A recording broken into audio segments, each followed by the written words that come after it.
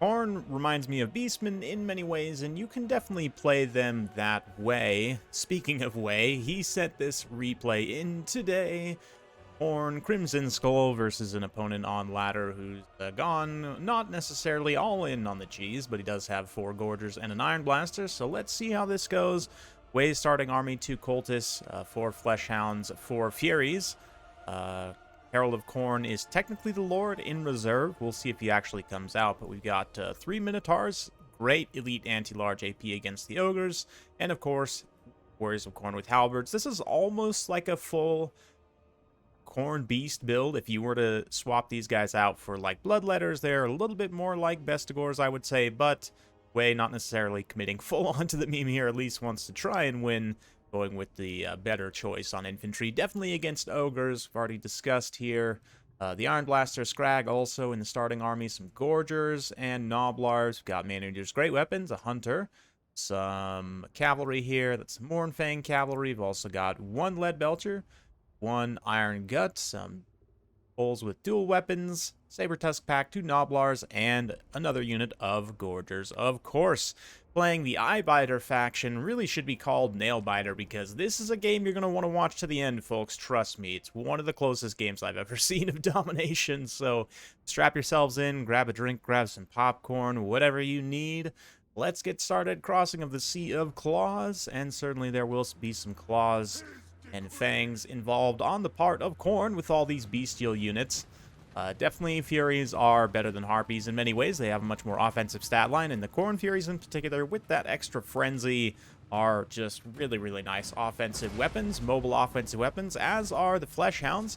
They're better than Centaurs in many ways. The massive weapon damage and physical resistance, like Centaurs, they're very, very fast and just generally hard-hitting, kind of in a similar price point as well. Of course, like I said, the Bloodletters remind me a bit of Bestigors. They're sort of like lower and higher tier Bestigors, but with anti-infantry specifically, and trading out some armor as well. But yeah, just in general, you can definitely play Khorne like Beastmen, and it's quite a bit of fun, honestly. The units are quite strong, and just that mobile hit and run, very aggressive, hard-hitting play style is one that I personally do enjoy quite a bit, so I'm looking forward to seeing this in action.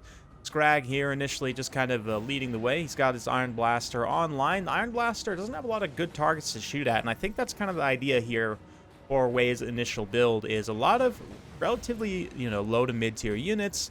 The Cultists do represent a pretty good target, but they can kind of come in here and hide relatively easily behind the cliffs, still get their summons off. The summons are going to be burned here to just clear out Noblars, which they are going to do very efficiently, and then come back here and just kind of pressure. The Furies also, just kind of being around is enough to threaten, even though the Furies aren't actually going to do that much to the Iron Blaster. It's just the psychological effect here on the Ogre player, thinking that he needs to keep forces here to defend, when in fact he probably could be pushing forward with the Gorgers and the Noblars and just crumping the center objective. But Way does have a nice kind of surround situation here, with all these mobile units in a position to collapse if he does push onto the center objective. So again, some infantry now moving out. The Chaos Warriors of Khorne with halberds summoned in, and some bulls on the other side. Ogres looking to make a push down on that low ground objective, whereas so far no one going over to 1. No, it looks like the halberds, another unit of halberds summoned in, is going to go over onto objective number 1. Some Bloodletters go down, but they were able to deal with the Noblars and at the very least distract some forces here for a while.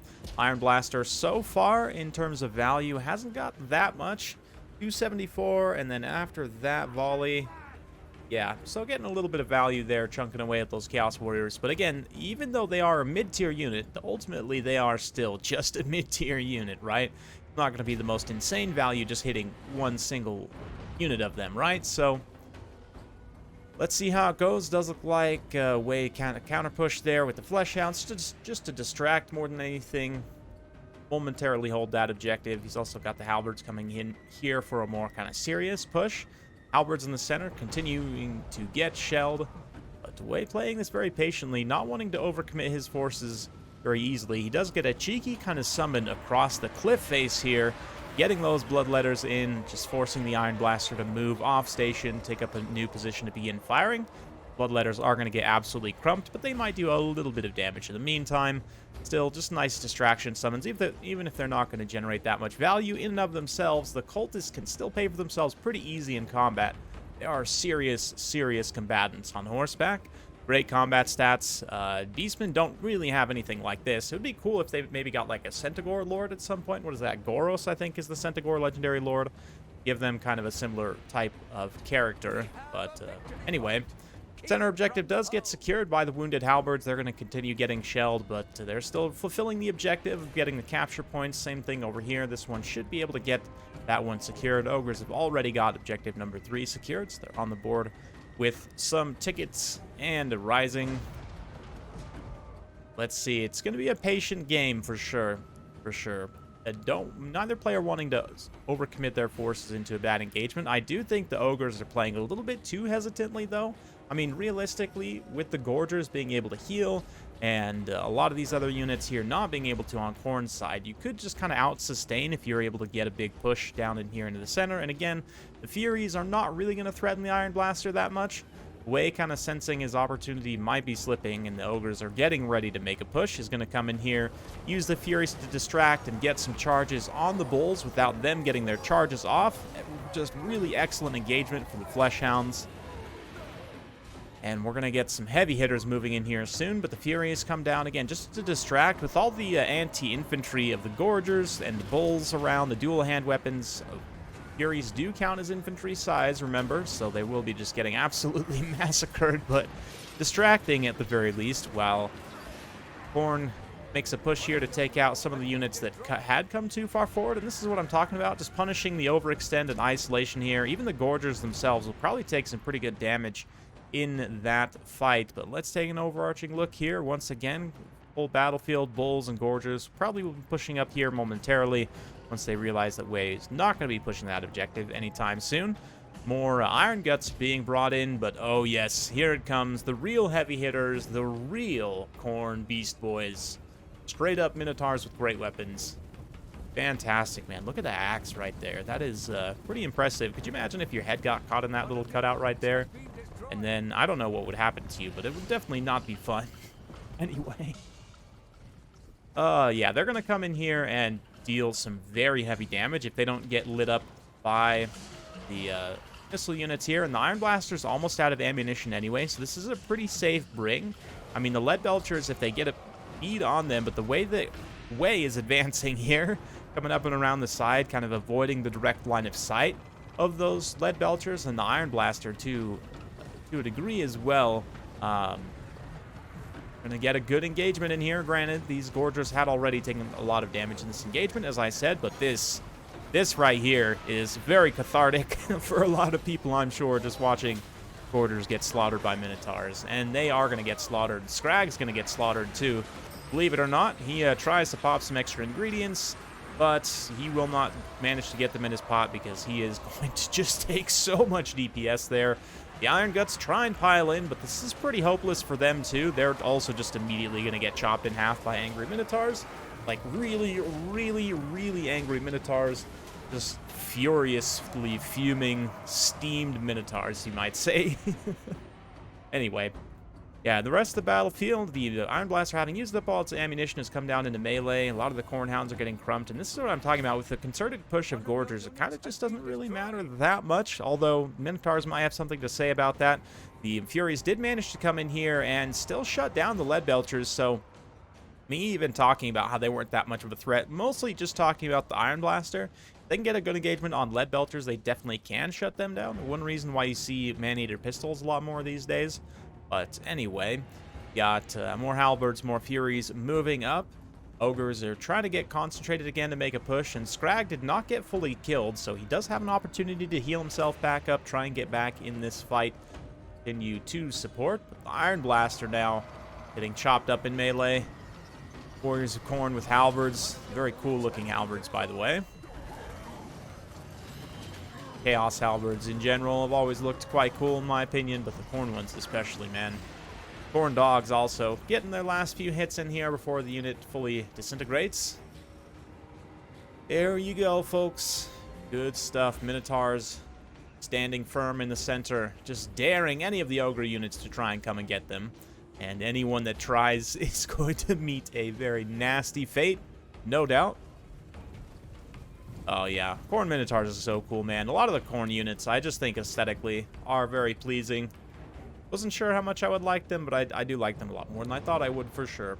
Looking forward to more Warrior and Beastman units, though. Like, I really think a lot of people have been talking about the Warriors of Chaos just because they seem to be up on the docket. Beastman just recently got a DLC, right? So we wouldn't necessarily expect them get an update anytime soon, but when the Beastman update inevitably comes, because I'm sure they will get one at some point in the future, I really hope to see, like, you know, Pestigors, some other Beastman god-specific units to be able to add into these rosters. I honestly thought and predicted at one point that we might see some more, or that these guys might even make it to Beastman's roster, which didn't end up happening in Silence and Fury, which I understand, but maybe in the future.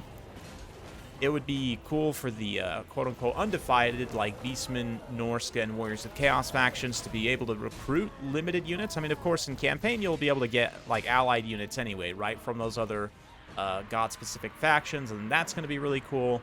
But in terms of actual units, to where they're appropriate on the right roster, maybe there's some mechanic where you can directly recruit them into your army without having to use up your allied unit cap. Anyway. Also in multiplayer, it'd be nice to get access to a couple of these as variants, maybe as RORs. I mean, a few of the, like, the Tzeentch Forsaken, right, and Tzeentch Spawn, or sorry, the Nurgle Forsaken and the Tzeentch Spawn are very much, like, inspired by Regiments of Renown on Warriors of Chaos. Maybe it's the other way around, I'm not really sure. Anyway, big engagement here, all these units piling in. Minotaurs are just going to be feasting on Gorgers on this side objective. At this point, Wei's got a pretty good lead, but the Ogres are going to be getting a lot of extra supply as a result. They've got their Iron Blaster re-summoned back in, which is going to be an unholy terror in this mid to late game. Warriors are just absolutely getting destroyed, and this is where the Iron Blaster can start to generate a lot of value. Just getting side shots through multiple units into melee engagement. Big explosion from Scrag as well. Interesting choice of spell there, but it does lead to all of those halberds getting broken, so pretty good stuff. Ogres decisively securing the center, forcing the one cap on Wei. Now, Wei's forced with a decision at this point. I think probably it's in his best interest to just fully pull back and try and defend this objective number one here. He's got enough of a lead that he really only needs to hold one and just avoid getting 3 capped in order to win. But it's hard to say, you know. I mean, he's going to try and counter push back to the center, which tactically I think is arguably not the right decision. But then again, there is still this Iron Blaster online. He does have some forces that were here anyway, committed to try and pushing back this force. And there's not that much melee power left. If the Minotaurs can get in and finish these weakened Gorger units, but problem is the Iron Blaster is going to get trained onto them now at this point, and ooh, nope, actually went on someone else. Looks like it's going after the Khorne dogs there, but it definitely should be shooting the Minotaurs right now. There's no question. This is by far the most dangerous unit on the field for the Ogres to be facing, so there it is. Now we see the targeting, and oh, just one shot just cleaves like half the unit down right there. So painful. That'll silence those Minotaurs pretty quickly, but the Herald did actually get summoned in. He's got the Locust of Wrath now. Beasts of Khorne, the Flesh Hounds in a nice surround, doing a lot of damage to Scrag. He's pretty close to his healing cap. Might actually get there, but the Herald of Khorne actually on the Juggernaut does have flaming attacks, 105 melee attack there momentarily with the buff active. Does manage to rout Scrag once again, so that's good.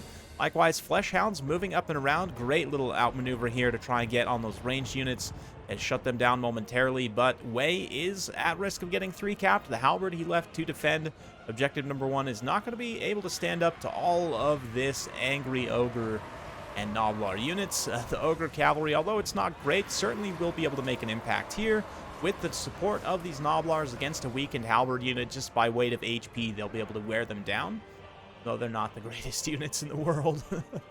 So it's up to Wei to try and cap this center objective. Again, maybe if he would have just stayed and defended with all of his units on this objective number 1, he could have held. But at the very least, the objective is now just barely secured by Ogre Kingdoms, and he has this second objective like halfway captured. So again, hard to say. Probably would have just been better to try and maintain this objective number 1. But at the very least, he's going to do his best to secure this center objective and bring it home. More Furies coming in just to keep units routed. There's literally, yeah, a couple Minotaurs. That one lone Minotaur running over there by himself. There's apparently 4 more somewhere else, but anyway. Wei also just fighting forward from the objective. Keeping the Ogres bottled up in this choke right here is going to be the best option for the time being in order to try and keep the Ogres even from just starting to capture this, right? But they've got the cavalry coming through and the Noblars from the side. This is a danger, certainly. Wei's back on it, though, with the points ticking up on the center. Will it be enough? Let's find out. It is going to be razor close. Here come the Warriors with halberds. They're going to try and once again just keep the Ogres away. That is the #1 priority at this point, to keep the Ogres from even getting on the objective if you can. That being said, though, just losing these fights decisively does mean that the Ogres might be able to get through and get on the objective, although the Furies are doing quite well here. The halberds now filtering in, the Mournfang cavalry just getting worn down by weight of numbers there despite their armor. High DPS of the Khorne Furies definitely proving pretty decisive there, but here comes some more Gorgers, more Noblars. Noblars in particular are going to be a huge problem at this point. The fact that they have a huge capture weight and don't cost much means that the Ogres can bring in a ton of them. Hunter trying to finish off with his anti-large, get the cultist down, and he does indeed just finish off the cultist there. Herald coming in to try and avenge his friend.